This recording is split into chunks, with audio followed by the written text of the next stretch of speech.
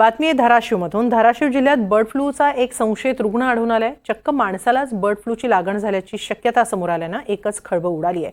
माणसाला bird flu होतो का, काय आहेत लक्षणं आणि काय काळजी घ्यायला हवी, पाहूया यावरचा एक खास रिपोर्ट।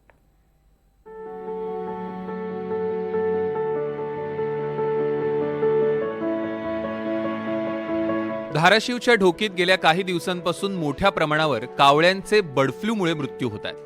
ढोकीच्या आजूबाजूच्या 10 किलोमीटर परिसराला अलर्ट झोन म्हणून घोषित केलाय।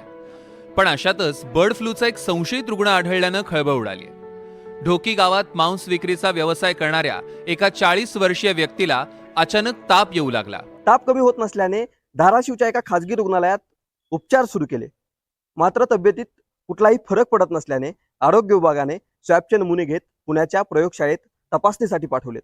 येत्या 4 ते 5 दिवसात याचा अहवाल येण्याचा अंदाज आहे।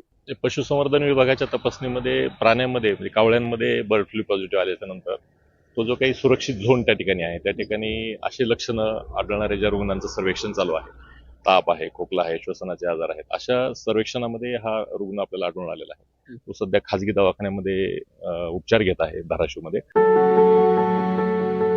सध्या या संशयित व्यक्तीची तब्येत स्थिर असून त्याच्या संपर्कातील व्यक्तींचं सर्वेक्षण करण्यात येणार आहे।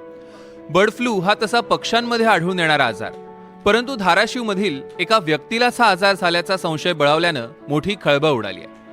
बर्ड फ्लूची लागण झालेल्या पक्ष्यांच्या अतिसंपर्कात आल्यानं हा आजार माणसांना देखील होऊ शकतो, असं आरोग्य विभागाचं मत आहे। कमी केसेसमध्ये हा जो आजार आहे तो माणसामध्ये होतो। जास्तीचा संपर्क जर पक्ष्यांसोबत आला तर हा आजार होऊ शकतो। सर्वसाधारणपणे फ्लू लाईक ह्याचे लक्षण आहेत, म्हणजे फार गंभीर याच्यामध्ये हे नाही, सौम्य प्रकारचा आजार आहे।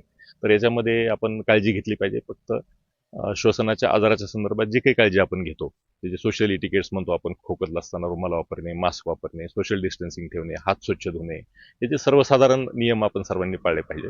आणि त्याचबरोबर जे मांसाहारी लोक आहेत त्यांनी मांस खात असताना पूर्णपणे व्यवस्थित शिजवलेलं आहे आणि शिळ खाऊ नये, अशा प्रकारच्या काही जर गोष्टी सांभाळते याच्यामध्ये फार कुणाला काही त्रास होण्याची काही शक्यता नाही।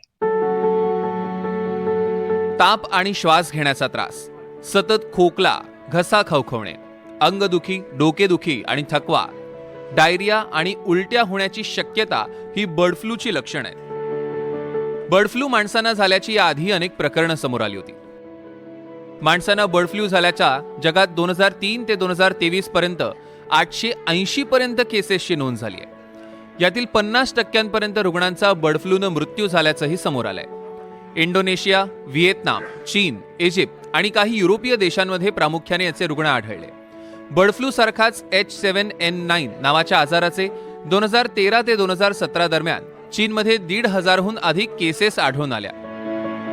ढोकी हे गाव सध्या बर्ड फ्लूचं केंद्रबिंदू बनलं असून हा संशयित आढळून आल्यानं परिसरातील नागरिकांमध्ये भीतीचं वातावरण आहे।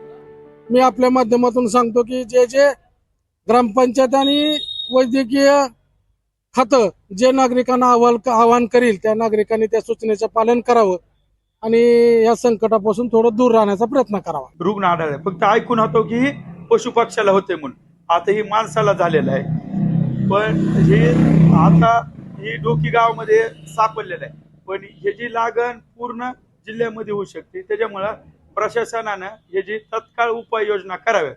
आता इथं ढोकी गावामध्ये माझी जमीन आहे, आता ती हारभर भरडायला मला जायचं होतं, मशीन बी आलती पण ती मी कॅन्सल केली। एक मनामध्ये भीतीचं वातावरण आहे।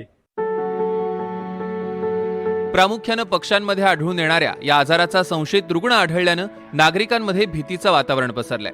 आरोग्य यंत्रणा आता कामाला लागल्यात, त्यामुळे संक्रमित पक्ष्यांपासून दूर राहा, थेट संपर्क टाळा आणि मांस, अंडी योग्य तापमानात शिजवूनच खा। ओंकार कुलकर्णी, NDTV मराठी, धाराशिव।